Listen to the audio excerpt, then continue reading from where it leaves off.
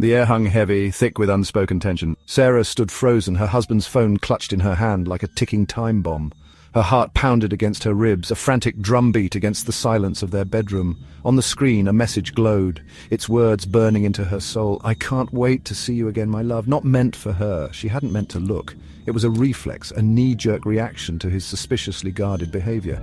Now, the weight of his betrayal pressed down on her, stealing her breath. She reread the message, each time feeling like a fresh blow. The world around her seemed to tilt, the familiar furniture appearing alien and distorted.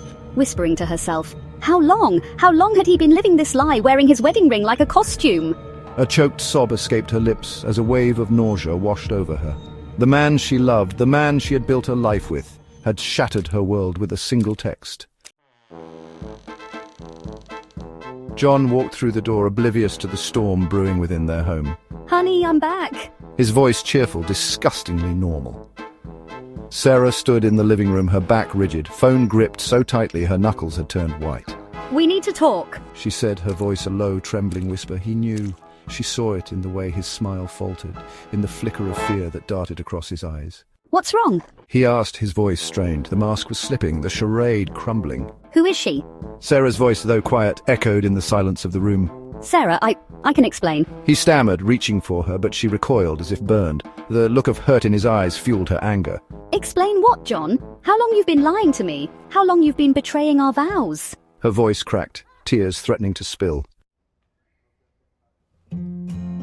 The dam broke. Accusations laced with pain and betrayal filled the room. Each word was a shard of glass, sharp and cutting, leaving behind a trail of destruction.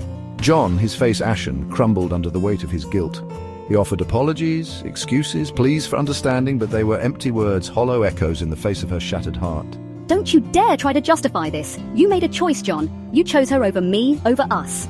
She threw the phone at his feet, the screen illuminating his guilt-ridden face. The room felt suffocating, thick with the stench of betrayal and heartbreak. Silence descended, heavy and suffocating. Sarah felt drained, her anger replaced by a bone-deep weariness. She looked at him, truly looked at him, and saw a stranger reflected in his eyes. The man she loved was gone, replaced by a ghost of betrayal.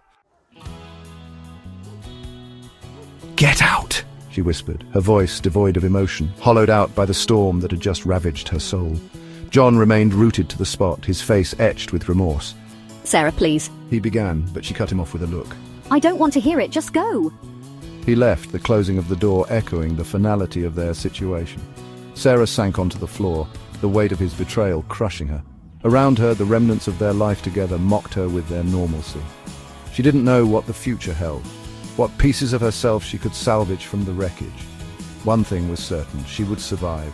She would rise from the ashes, stronger, fiercer and braver than before. The path ahead would be long and arduous, but she would walk it. One painful step at a time. The love they shared may be gone, but her spirit, her resilience remained.